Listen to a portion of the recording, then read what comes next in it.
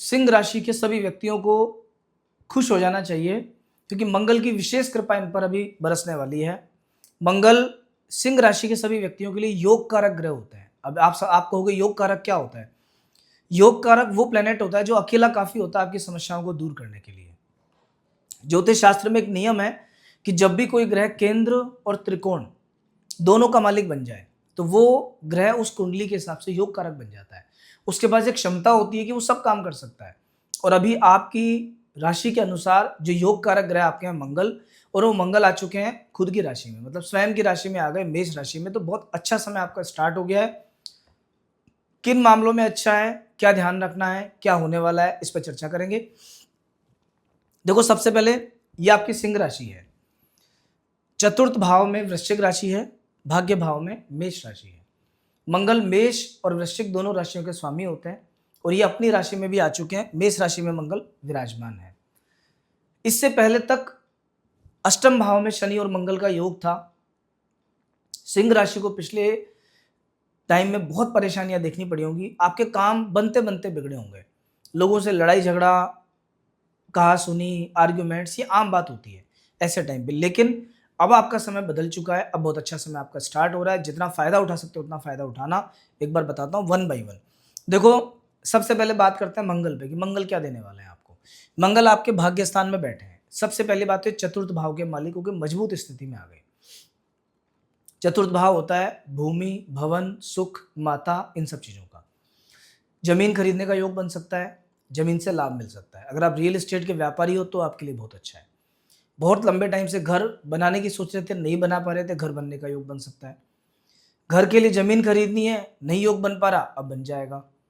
माँ के स्वास्थ्य के में सुधार होगा, माँ के साथ में रिश्ते अच्छे होंगे आपके, मतलब माता का भी कारक है ये वाहन का भी कारक है। अगर आप काफी लंबे टाइम से कोई व्हीकल खरीदना चाह रहे हो, नई कार खरीदनी है आपको, योग नहीं बन पा रहा, अब थोड़ा सा प्रयास करो, प्रयास करोगे काम आपका हो जाएगा। कुल मिलाकर के मंगल देवता चतुर्थ भाव के सारे पॉजिटिव फल दे रहे हैं।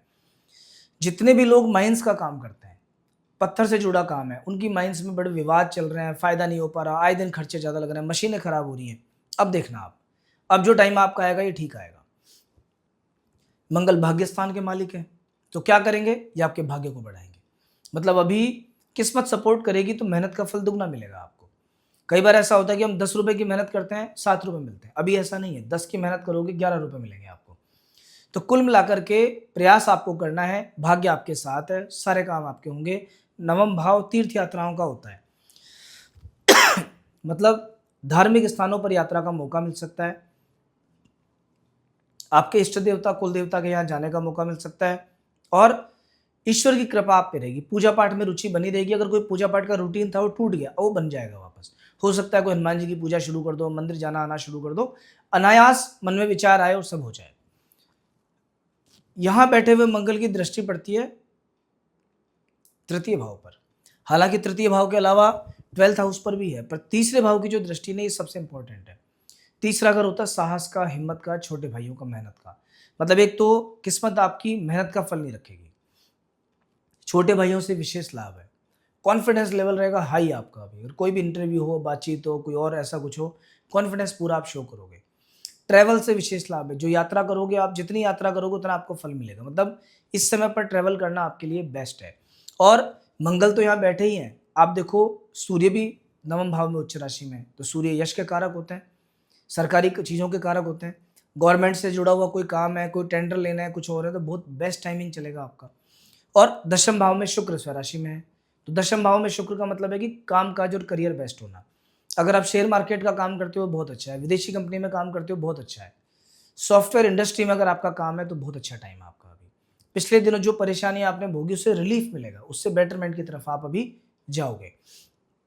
कुल मिला के सिंह राशि को इस समय पर थोड़ा भगवान का नाम लेना चाहिए, थोड़ा मेहनत बढ़ा देनी चाहिए ताकि ग्रहों का फल पूरा मिल सके। निराशा से आशा की तरफ आना चाहिए और कुछ नए प्रयास चालू करने चाहिए, क्योंकि परेशानियां तो आपकी लाइफ में पहले से चलती आ रही हैं, लेकिन अब थोड़ा रिलीफ का टाइम है, तो जितना इसका फायदा उठा सकते हो उतना आप उठाओ। देखिए, ग्रहों का अप एंड डाउन चलता रहता है। समझदार आदमी वही है कि जब अप वाली स्थिति आ जाए तब फायदा उठा ले, जब डाउन वाली स्थिति आए तब थोड़ा शांत बैठ जाए। अभी अप वाली कंडीशन है तो जितना फायदा उठा सकते हो उतना फायदा आप इसका उठा लो। एक और बात, जितने भी कर सिंह राशि वाले व्यक्ति हैं, आपकी सिंह राशि है, ये ध्यान रखना कि अगर आपका जन्म लग्न अगर जो है वो मेष है, कर्क है, सिंह है, वृश्चिक है, धनु है या मीन है, तो ये जो फल मैंने आपको बताया इनका फल आपको पूरा मिलेगा, इनका फल आपको ज़्यादा मिलेगा। लेकिन अगर आपका लग्न, आपकी कुंडली में आपका लग्न अगर वृषभ है, मिथुन है, कन्या है, तुला है या फिर मकर और कुंभ है, तो ऐसी स्थिति में थोड़े से फल आपको कम मिलेंगे। क्यों कम मिलेंगे? क्योंकि लग्न आपकी राशि के मालिक हैं भगवान सूर्य। सूर्य में और इन बाकी लग्नों में मैच नहीं बैठता आपस में, तो ये थोड़ा सा ध्यान रखना। कई बार कुछ लोगों की शिकायत होती है कि हमें फल पूरे मिल रहे हैं, कुछ कहते हैं हमें अधूरे मिल रहे हैं, कुछ कहते हैं हमें नहीं मिल रहे हैं। इसका कारण ये होता है। साथ साथ कुंडली में थोड़ा सा अष्टक वर्ग, ग्रहों की वृद्ध स्थिति, बाल्य स्थिति, वर्तमान में दशा क्या चल रही है, इनको भी नजर मार लेना चाहिए। क्योंकि अगर आपकी जन्मपत्री में भी ग्रह शानदार चल रहे हैं, दशाएं बहुत बढ़िया चल रही हैं और यहाँ भी गोचर में समय बहुत अच्छा है, तो इससे आपसे ज़्यादा भाग्यशाली कोई नहीं हो सकता है। जितना फायदा उठा सकते हो उतना उठाओ, और अदरवाइज जो प्रॉब्लम है उसका थोड़ा समाधान करो।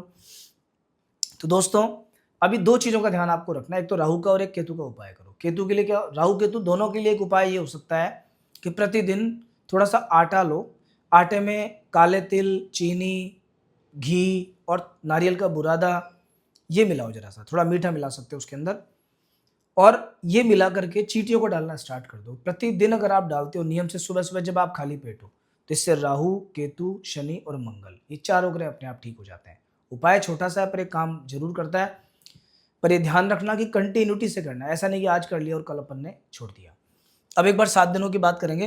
देखो 11 तारीख और 12 तारीख का दिन तो है बढ़िया। इस दिन व्यापार व्यवसाय में उन्नति मिलेगी आपको, दिन अच्छा रहेगा, सप्ताह की शुरुआत फुल एनर्जी के साथ होगी। 13 और 14 तारीख में सावधानी बरतना, मैंने लिख भी रखा, सबसे बुरा दिन है 13 और 14। इन 2 दिनों में मन परेशान रहेगा, शरीर अस्वस्थ रहेगा, काम में एनर्जी नहीं करेगी, एनर्जी लो फील करोगे आप, थोड़ा सा एंजाइटी और स्ट्रेस आपको रह सकता है, नेगेटिव थॉट्स परेशान कर सकते हैं। तो 13, 14 में थोड़ी सेफ्टी, 15, 16 ये अगेन बेटरमेंट की तरफ आप जा रहे हो, पर एवरेज है, मिले जुले फल मिलेंगे। और 17 तारीख का जो दिन है ये बहुत अच्छा दिन है आपका, सुख शांति के लिए अच्छा है, रिलैक्स फील करोगे, दोस्तों के हिसाब से अच्छा है, मन शांत रहेगा आपका, शरीर स्वस्थ और मन शांत, इससे अच्छा कुछ नहीं होता है। तो खैर, आपके पूरे 7 डेज की हमने बात की है। अगर आपके जीवन में अब कोई भी परेशानी है, आप डिसाइड नहीं कर पा रहे कि मेरे को किस व्यापार में जाना है, शादी कब होगी, नौकरी कौन सी अच्छी है, कौन सा सब्जेक्ट मुझे लेना चाहिए, आगे मैं क्या बन सकता हूँ, या मेरी लाइफ का बेस्ट टाइम कौन सा है, इन सब प्रश्नों का उत्तर आपकी कुंडली में स्पष्ट तौर पे लिखा है, जिसे जान के आप सही डिसीजंस आगे के ले सकते हो। इसके लिए आपको जो नंबर स्क्रीन पे दिया है इस पे आप अपनी क्वेरी रेज कर सकते हो, एक कंसल्टेशन बुक करवा सकते हो, पेड कंसल्टेशन रहेगा, पर डीप एनालिसिस करके आपको बताया जाएगा जो आपके बहुत काम आएगा। तो नेक्स्ट वीक हम फिर मिलेंगे नए राशिफल के साथ में। जय श्री राम।